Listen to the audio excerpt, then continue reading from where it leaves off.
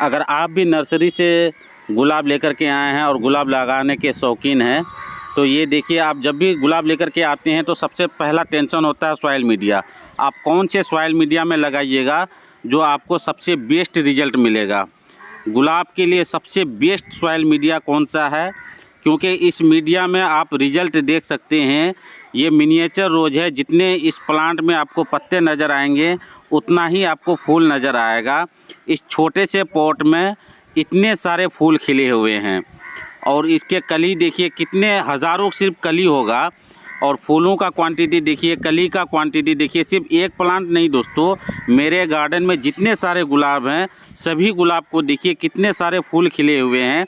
मैं 6 से 7 साल हो गया मैं गुलाब लगा रहा हूं और सबसे बेस्ट रिजल्ट मुझे इस मीडिया में मिला है। चाहे सिंडर हो, मिट्टी हो, कोकोपीट हो, उन सभी मीडिया से सबसे बेस्ट सॉइल मीडिया है।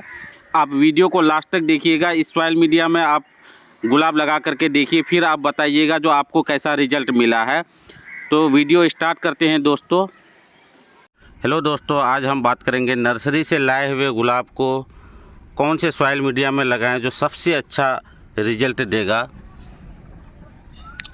क्योंकि अक्सर हम नर्सरी से तो गुलाब लेकर के आते हैं और मिट्टी में लगाते हैं, जैसा सॉइल मीडिया आप चॉइस करते हैं लगाते हैं, लेकिन कुछ दिनों के बाद जैसे ही फूल ये अब गिर जाता है उसके बाद दोबारा जल्दी फूल खिलता नहीं है और आपको गुलाब धीरे धीरे मरने लगता है। तो फिर आप धीरे धीरे उदास हो जाते हैं और गुलाब लाना बंद कर देते हैं। गुलाब लगाना उतना भी कठिन नहीं है दोस्तों, थोड़ा सा ध्यान अगर रखिएगा तो आपके गुलाब भी बहुत अच्छे खिलेंगे। जैसे देखिए, ये मेरा कटिंग से लगाया हुआ इंग्लिश रोज का गुलाब है। एक एक गुलाब का साइज़ देखिएगा तो बहुत ही अच्छे खिले हुए हैं और बहुत बड़े साइज़ के खिले हुए हैं। लेकिन ये झुका हुआ इसीलिए है क्योंकि ये ग्राफ्ट किया हुआ नहीं है। इंग्लिश रोज का मैंने कटिंग से तैयार इसको किया था, कहीं भी ग्राफ्टिंग नहीं है। और इसका सॉइल मीडिया देखिए दोस्तों, ये देखिए मैंने राइस हस्क और वर्मी कंपोस्ट में गुलाब को लगाता हूँ, इसीलिए मुझे इतना अच्छा रिजल्ट मिलता है। तो आज हम बात करेंगे जो राइस हस्क में गुलाब को कैसे लगाया जाता है। तो देखिए, राइस हस्क का जो गुलाब होता है उसमें रिजल्ट बहुत ही अच्छा रहता है। ये देखिए मेरा इंग्लिश रोज का गुलाब है, येलो रोज है। कितने खूबसूरत खूबसूरत फूल खिले हुए हैं। ये देखिए बहुत ही अच्छे फूल खिलते हैं मेरे, और बहुत बड़ा प्लांट है दोस्तों। ये देखिए, और बहुत ये 6-7 साल पुराना मेरा गुलाब है। इसका स्टेम देखिए, एक एक स्टेम की मोटाई देखिए और कितना बेसल सूट निकला हुआ है, देख सकते हैं। इनके एक भी पत्ते में आप कहीं पर भी कोई बीमारी आपको नज़र नहीं आएगा। थ्रिप्स, माइट्स, किसी तरह की भी कोई बीमारी इस प्लांट में मेरा नहीं है। और मेरा मिट्टी जो को चेक कर सकते हैं दोस्तों, ये देखिए राइस हस्क और वर्मी कंपोस्ट में लगा हुआ है। इसकी मिट्टी को देखिए। मैं जितने भी गुलाब लगाता हूँ ये राइस हस्क और वर्मी कंपोस्ट मिला करके ही लगाता हूँ। आपको वर्मी कंपोस्ट नज़र भी आता होगा, ये देखिए वर्मी कंपोस्ट है। मैं वर्मी कंपोस्ट और राइस हस्क का ही मिक्सचर बना करके गुलाब लगाता हूँ। और ये देखिए कितना बड़ा मेरा गुलाब है। और ज़्यादातर जो मैं नर्सरी से लेकर के आता हूँ वो ग्राफ्टिंग किया हुआ ही गुलाब लेके आता हूँ। ये सारे मिनिएचर गुलाब है दोस्तों। मिनिएचर गुलाब का मतलब हुआ आपका ज़्यादा हाइट तो नहीं होगा, इस तरह का हाइट नहीं होगा दोस्तों, लेकिन ये छोटा ही रहेगा, लेकिन इसमें फूल बहुत गुच्छों में खिलेगा। छोटा ही प्लांट में बहुत सारा गुच्छों में खिलेगा, इसीलिए ग्राफ्टिंग। ये वाला फिर गुच्छों में नहीं खिलेगा, ये आबरा का डाबरा है। जिस तरह मेरा ये इंग्लिश रोज है उसी तरह ये आबरा का डाबरा है। ये 10-15 या 20-25 फूल एक साथ खिलेगा, लेकिन इस तरह करके गुच्छों में नहीं खिलेगा। और मैं देसी प्लांट को ख़रीद करके नहीं लाता हूँ, क्योंकि ये देखिए मेरा देसी जितना भी देसी गुलाब है मैं उसको कटिंग से ही तैयार कर लेता हूँ। ये देखिए मेरा कटिंग सभी बहुत ही अच्छा ग्रोथ कर रहा है। जितने सारे कटिंग लगाया था बहुत ही अच्छा मेरा ग्रोथ करा है। तो देसी रोज़ मैं ख़रीद करके नहीं लेके आता हूँ, उसको मैं कटिंग से तैयार कर लेता हूँ। लेकिन जो इंग्लिश रोज़ होता है ग्राफ्टिंग किया हुआ उसको मैं ख़रीद करके लाता हूँ। बहुत ही सस्ते में मैं नर्सरी से लेकर के इन प्लांट को लेकर के आता हूँ। तो आज मैं बात करूँगा जो राइस हस्क में गुलाब को कैसे लगाते हैं, क्योंकि राइस हस्क का रिजल्ट बहुत ही अच्छा है। ये देखिए बोगनविलिया लगा हुआ है मेरा, बोगनविलिया भी मेरा राइस हस्क में ही लगाया हुआ है, ये देखिए। और बोगनविलिया में भी देखिए आपको पत्ता नज़र नहीं आएगा, सिर्फ फूल ही फूल नज़र आएंगे। ये यूफोरबिया मिली है दोस्तों, यूफोरबिया मिली भी देखिए, आपको यहाँ दिखाता हूँ। इनका भी सॉइल मीडिया देखिए, राइस हस्क और वर्मी कंपोस्ट में लगा हुआ है और कितने सारे फूल खिले हुए हैं। तो इस मीडिया में आप चाहे गुलाब लगाइए या किसी तरह का भी प्लांट लगाते हैं तो बहुत ही अच्छा ग्रोथ करता है। ये देखिए मेरा राइस हस्क है, इसको आप ऑनलाइन मंगाइएगा तो थोड़ा महंगा मिलेगा, लेकिन ऐसे आप राइस मिल में जाइएगा तो 3 से 4 रुपये केजी ये मिल जाता है। और मुझे तो फ्री में मिल जाता है, क्योंकि जो बर्फ़ वाली मछली बेचता है वो बर्फ़ को ढकने के लिए इसका यूज़ करते हैं। और 1 माह जब उसको यूज़ कर लेते हैं, बहुत ज़्यादा ये गीला हो जाता है, फिर इसको फेंक के फिर वो नया सूखा वाला राइस हस्क यूज़ करते हैं। तो मैंने जो बोल के रख दिया है मछली वाले को, जो बर्फ़ को ढक के रखते हैं, तो वो जो फेंक देते हैं वो बोरा में कस करके मुझे फ्री में दे देते हैं। आपको अगर जी वैसा कोई नहीं मिलता है तो आप राइस मिल कहीं पर देखिए और वहाँ से ला करके आप इनका यूज कर सकते हैं। ये बहुत ही अच्छा गुलाब के लिए सॉइल मीडिया है दोस्तों। या फिर ये खंगर के तरह ही काम करता है, लेकिन खंगर से ये ज़्यादा अच्छा है। आप अगर सिंडर में लगाते हैं खंगर या सिंडर में, तो सिंडर में होता क्या है, जैसे ही आप ऊपर से पानी देते हैं वो नीचे से बह करके निकल जाता है। उसमें थोड़ा खर्च ज़्यादा पड़ता है, उसमें आपको 2 दिन के गैप में आपको NPK का यूज करना पड़ता है। और NPK आपको महंगा मिलता है, हर 2 दिन में NPK देना इतना संभव नहीं है दोस्तों। और आप नहीं देते हैं तो फिर गुलाब का रिजल्ट आपको अच्छा नहीं मिलेगा। और उसमें आप किसी तरह का फर्टिलाइज़र जल्दी यूज नहीं कर पाइएगा, सिर्फ लिक्विड फर्टिलाइज़र ही उसमें यूज किया जाता है। इसीलिए सिंडर में आप लगाते हैं तो ठीक है, लेकिन सिंडर से ये राइस हस्क ज़्यादा बेस्ट है, क्योंकि कलकत्ता वाले जितने भी कटिंग वगैरह लगाते हैं या गुलाब का जो प्लांट लगाते हैं कलकत्ता वाले, वो राइस हस्क में ही लगाते हैं। तो मैं जो लगाता हूँ वो राइस हस्क के 80% लेता हूँ, 20% वर्मी कंपोस्ट लेता हूँ। वर्मी कंपोस्ट या गोबर की खाद, आप अगर ये पुराना 2 साल पुराना गोबर की खाद मिल जाता है तो अच्छा है, लेकिन मैंने यूज़ किया था गोबर की खाद। गोबर की खाद थोड़ा सा भी 19-20 देने में आपको हो गया तो फिर वो आपको गुलाब को मार देता है। तो इसीलिए मैं ज़्यादातर वर्मी कंपोस्ट का ही यूज़ करता हूँ।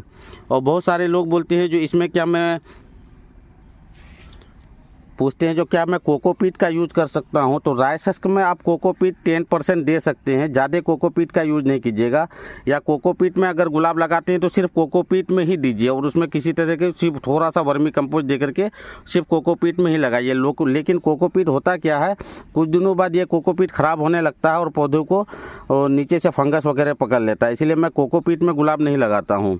लेकिन कोकोपीट में भी गुलाब थोड़ा बहुत रिजल्ट अच्छा ही देता है, मिट्टी से तो ज़्यादा अच्छा रिजल्ट देता है, क्योंकि आप मिट्टी का यूज़ करते हैं। तो मिट्टी में क्या होता है, जब भी आप पानी देते हैं तो वो ऊपर से हार्ड हो जाता है, फिर आपको गुराई करते रहना पड़ता है। लेकिन राइस हस्क में आप लगाते हैं तो इसको गुराई करना नहीं पड़ता, जितना हाथ लेकर के जाइएगा उतना आपको चले जाएगा। इसमें गुराई करने की ज़रूरत नहीं पड़ती है और बहुत ज़्यादा इसमें ऑक्सीजन मिलते रहता है नीचे से।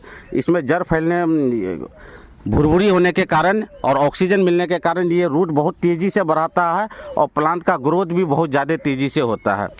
लेकिन मिट्टी में उतना तेज़ी से ग्रोथ नहीं कर पाता है, मिट्टी थोड़ा सा हार्ड होता है। भले ही इसमें थोड़ा सा बजरी वगैरह मिला दीजिए, लेकिन फिर भी मिट्टी हार्ड होता है।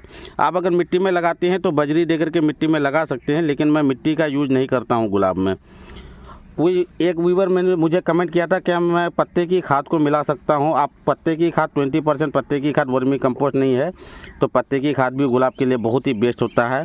और प्लास्टिक पॉट में ये गर्म होने भी नहीं देता है, ये प्लांट को ठंडा रखता है। तो आप पत्ते की खाद है तो पत्ते की खाद भी आप मिक्स कर सकते हैं। राइस हस्क में आप की मर्जी अगर हो तो पत्ते की खाद भी मिला सकते हैं, 20% पत्ते की खाद मिला सकते हैं, 10% आप कोकोपीट भी मिला सकते हैं। ये तो मेरा राइस हस्क की हुआ। लेकिन राइस हस्क में मिट्टी नहीं मिलाइएगा, इसीलिए मिट्टी नहीं मिलाइएगा जो मिट्टी धीरे धीरे, राइस हस्क बहुत ज़्यादा हल्का होता है और मिट्टी में जब बार बार आप इसमें पानी दीजिएगा तो मिट्टी धीरे धीरे नीचे चले जाता है और ऊपर से आपको लगेगा जो प्लांट नीचे में पानी जमा हुआ रहेगा, नमी बनी भी रहेगी, लेकिन ऊपर से सूखा लगने लगेगा। तो फिर से आप पानी दे दीजिएगा और बार बार पानी दीजिएगा, लेकिन नीचे से वो सूखेगा नहीं। तो उस तरह से होता क्या है, तो रूट आपका ख़राब हो जाता है, उसमें फंगस वगैरह पकड़ लेता है और धीरे धीरे गलने लगता है। इसीलिए राइस हस्क में मिट्टी का यूज़ नहीं कीजिएगा। आप अगर मिट्टी में यूज़ करते हैं तो मिट्टी में सिर्फ सैंड मिला करके आप मिट्टी में लगाइएगा और वर्मी कंपोस्ट दे दीजिएगा। आप 50% मिट्टी ले लीजिएगा, 40% आप वर्मी कंपोस्ट ले लीजिएगा और 10% आप बजरी या बालू वगैरह ये सब दे करके आप मिला करके लगा सकते हैं। लेकिन राइस हस्क में मिट्टी का यूज़ नहीं कीजिएगा, इसका ध्यान रखिएगा। राइस हस्क में आप कोकोपीट मिला सकते हैं या लीफ कंपोस्ट मिला सकते हैं। ये देखिए 80% राइस हस्क, 20% मैंने कंपोस्ट लिया है। इसमें हल्का सा बोन मील, 1 मुट्ठी आप बोन मील, एक प्लांट के हिसाब से आप बोन मील दे दीजिएगा ताकि उसको कैल्शियम वगैरह मिलता रहे। और उतना ही क्वांटिटी में आप नीम खल्ली ले लीजिएगा, जितना बोन मील लिए उतना ही नीम खल्ली ले लीजिएगा। इसमें बहुत तरह माइक्रो न्यूट्रिएंट भी मिल जाएगा उसको, किसी तरह का फंगस भी नहीं पकड़ेगा और चींटी वगैरह उसमें नहीं आएगा। और हल्का सा कोई भी फंगीसाइड आपके पास है, अब मेरे पास तो साफ फंगीसाइड है, आपके पास बेबिस्टिन है या साफ है, जो भी है, बस यही 3 मिलाना है, नीम खल्ली, बोन मील और फंगीसाइड। और इसमें किसी तरह का मैं कोई भी चीज़ मिक्स नहीं करूँगा। इसी को अच्छी तरीके से आप पहले मिक्स कर लीजिएगा।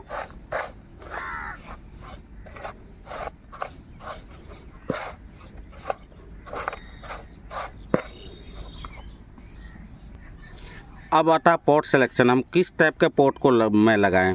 तो राइस हस्क में अगर लगाती हैं तो आप प्लास्टिक पॉट में लगाइएगा तो ज़्यादा अच्छा रिजल्ट देगा। मिट्टी के पॉट में वो बार बार आपको पानी देना पड़ेगा। और ये देखिए, ये नर्सरी पॉट है, नर्सरी पॉट में होल बहुत ज़्यादा होता है और जितना होल रहेगा गुलाब के लिए उतना अच्छा है, उतना उसको ऑक्सीजन मिलेगा, उतना रूट ज़्यादा डेवलप करेगा जितना ऑक्सीजन मिलेगा। और जितना ड्रेनेज अच्छा रहेगा, ऊपर से जितना पानी दीजिएगा, बार बार पानी दीजिएगा, तो पानी में जो माइक्रो न्यूट्रिएंट है उसको मिलता रहेगा। मिट्टी में होता क्या है, एक बार आप पानी दे देते हैं, 4 से 5 दिन आपको पानी नहीं देना पड़ता है और उसी पानी में वो नमी बना करके रखता है, तो उससे प्लांट भी ग्रोथ कम करता है। और जितना पानी दीजिएगा, पानी में जो माइक्रो न्यूट्रिएंट रहता है वो प्लांट को मिलते रहता है, इससे प्लांट बहुत ज़्यादा ग्रोथ करता है। तो जब भी आप लीजिएगा, ये देखिए मेरा 8 इंची का पॉट है, मैं जब भी नर्सरी से लेकर के आता हूँ छोटे पॉटों के बहुत बड़े, जैसे देखिए ये बहुत बड़ा पॉट है, ये लगभग 12 इंची का पॉट है और वो 15 इंची का पॉट है। तो इस टाइप के पॉट में नहीं लगाना है। जब भी नर्सरी से छोटे पॉट प्लांट को लेके आइएगा तो छोटे से 8 इंची के पॉट में या 10 इंची के पॉट में, उससे ज़्यादा बड़ा पॉट आप नहीं लीजिएगा। इसमें जो होल है बहुत बड़ा है, इसीलिए जो भी आप मिट्टी का पॉट वगैरह टूट जाता है उसी को इस तरह करके कवर कर लीजिएगा ताकि नीचे से वो राइस हस्क आपका निकले नहीं। जितने भी होल रहेंगे सभी को अच्छी तरीके से पहले कवर कर लीजिएगा। एक हिस्सा नीचे में जो हम देंगे तो सिर्फ ओनली जो राइस हस्क है, जिसमें हम फर्टिलाइज़र, गोबर की खाद जो नहीं मिला है, सिर्फ सूखा वाला जो राइस हस्क है उसी को नीचे में देंगे एक हिस्सा पहले। या फिर आप सूखा पत्ता है तो आप सूखा पत्ता भी नीचे दे सकते हैं ताकि वो नीचे से अच्छी तरीके से पानी निकल जाए। पहले एक हिस्सा हम राइस हस्क इसमें भर लिए। अब जो आप मिक्स वाला बनाए हैं उसके बाद इसमें एक हिस्सा ये देंगे।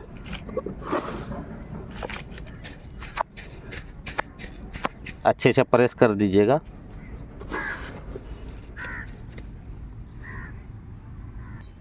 अब जो भी आप लेकर के आए हैं इस तरह करके अच्छी तरीके से पौधे को पहले निकाल लीजिएगा। ये मेरा प्लांट अच्छी तरीके से निकल जाएगा। ये देखिए मैंने निकाल दिया। अब एक चीज़ का ध्यान रखिएगा, ये देखिए ग्राफ्टिंग, यहाँ पर ग्राफ्ट किया गया है इसको, और उसके नीचे से ये बेसल शूट निकल रहा है। इसको आप रहने दीजिएगा तो पूरे प्लांट को आपका जंगली बना देगा। धीरे धीरे से आपके प्लांट में एक भी फूल नहीं खिलेगा और प्लांट बहुत ज़्यादा ग्रोथ तो करेगा लेकिन एक भी फूल नहीं खिलेगा। जो भी ग्राफ्टिंग किया हुआ प्लांट होता है उसके नीचे से अगर बेसल शूट आप नहीं निकालते हैं तो वो प्लांट आपका मर जाएगा धीरे धीरे। इसीलिए इसको पहले ही इसको हटा दीजिएगा, इसको रहने नहीं दीजिएगा। और देखिए मैं जो राइस हस्क में लगाता हूँ, एक व्यूअर मुझे कमेंट किया था क्या मैं इसको धो दूंगा मिट्टी को, तो बिल्कुल नहीं धोना है। चाहे वो आपका लाल मिट्टी में हो या काली मिट्टी में हो या दोमट मिट्टी में हो, हल्का हल्का आप सिर्फ मिट्टी को साइड से हटाइएगा, लेकिन पूरे मिट्टी को नहीं हटाइएगा। सिंडर में आप लगाते हैं तो आप आधा घंटा इसको पानी में भिगा करके रखिए और टोटल निकाल दीजिए, लेकिन वो मेथड मुझे अच्छा नहीं लगता है। लगभग 1 माह लग जाएगा सिर्फ इसको रूट डेवलप करने में, और उस तरह से प्लांट मरने का भी चांस होता है। बहुत सारा ऑनलाइन जो प्लांट आता है तो वो भी सभी प्लांट, आप तो यूट्यूब में बहुत सारे प्लांट को देखते हैं, वो लोग लगाते हैं, बहुत सारा प्लांट उसमें मरने का चांस ज़्यादा रहता है। लेकिन ये सबसे अच्छा होगा अगर आप गुलाब लेके आते हैं तो नर्सरी से एक हेल्दी पौधा लेकर के आइए, और आप राइस हस्क में लगाते हैं तो मिट्टी को इसी तरह रहने दीजिएगा। मिट्टी को पूरे धो करके नहीं निकालना है, बस मैं साइड से हल्का निकाल दिया और उससे अधिक मैं मिट्टी नहीं निकालूंगा। प्लांट को इस तरह करके रख करके देख लेना है, क्योंकि जहाँ ग्राफ्टिंग किया हुआ वहाँ पर मिट्टी नहीं लगनी चाहिए, यहीं तक मिट्टी रहनी चाहिए। अगर यहाँ तक आप मिट्टी रखते हैं तो यहाँ पर नमी बनी रहने के कारण प्लांट को मार देगा। इसलिए जहाँ ग्राफ्टिंग है किया हुआ है वहाँ से मिट्टी नीचे रहनी चाहिए। इस तरह करके आप पहले रख करके देख लीजिएगा और उसके बाद ऊपर से राइस हस्क दे दीजिएगा।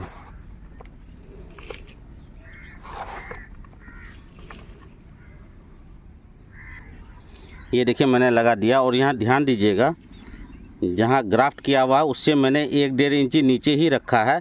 इसी तरह करके आपको सभी प्लांट को लगा देना है, मिट्टी को साथ में रखना है। अब इसमें सिर्फ पानी दे देंगे। पहले मैं सभी प्लांट को लगा देता हूँ।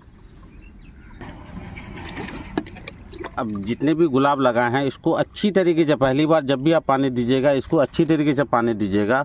और ये ऐसा सॉइल मीडिया है दोस्तों, इसमें पानी रुकेगा नहीं। जैसे ही आप ऊपर से दीजिएगा पानी, वो नीचे से बह करके निकल जाएगा।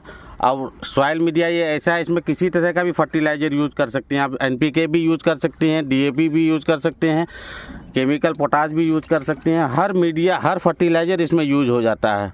जैसे आपका सिंडर में आपका सिर्फ लिक्विड फर्टिलाइज़र यूज़ होता है, लेकिन इसमें आपको हर तरह का फर्टिलाइज़र यूज़ हो जाएगा।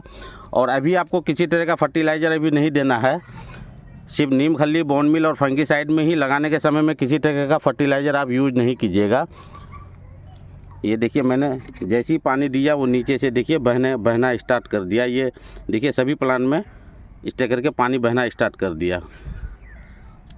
ये देख सकते हैं जैसे ही ऊपर से पानी दिया वो ऊपर में पानी एक भी लगा। जैसे मिट्टी में आप पानी देते हैं उसमें बहुत ज़्यादा नमी बनी, उसी वक्त जस्ट जल्दी पानी नहीं निकलता है।